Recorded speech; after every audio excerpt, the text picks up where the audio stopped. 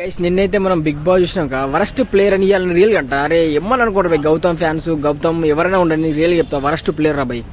ఒక వ్యక్తిని మూసుకోనుండు వాడుకొని వదిలేసినావు, ఎవరిని వాడుకున్నాడు ఎవడు మూసుకుంటున్నావు, మాట్లాడే పద్ధతి తెలుసా నువ్వు? ఎవరితో అంటే ఏం మాట్లాడుతున్నావు గౌతమ్ బై? నాకు అర్థం కాదు అసలు మెంటల్ అయినా ఉందా లేదా, అసలు మాట్లాడే పద్ధతి కూడా తెలియదు. నువ్వు మాట్లాడుతున్నావు గౌతమ్ అన్న అండ్ గౌతమ్ ఫ్యాన్ అంటారుగా, ఏమైనా బ్యాడ్ కామెంట్లు వేసుకుంటారు అవి, మాట్లాడే పద్ధతి నేర్చుకుంటారు. బిగ్ బాస్ హౌస్ కోట్ల మంది చూస్తారు, కోట్ల మందికి వాడుకొని వదిలేసినావు, గట్టిగా పులి దిగిండుగా. ఎన్ని రోజులు ఏదో మన నిఖిలన నీతి ఉంటే పోనీ పోనీ అంటే బాగా వేసినావు, ఎట్లా వేసిండు? ఇప్పుడు నువ్వే బ్యాడ్ అయిపోయినావు. ఫైనల్కి వస్తే ఏమో నువ్వు గెలిచిన నిఖిలన గెలిచిన ఒకటే అనుకున్నా, కానీ నేను కూడా అనుకున్నా ఫైనల్కి వస్తే బాగుంటా అనుకున్నా. ఒక్క రోజులో నువ్వు చెడగొట్టుకున్నావు మొత్తం ఫ్యాన్స్ పేజ్ని. ఎందుకు ఆ మాటలు ఒక్కటైనా కరెక్ట్ ఉందా?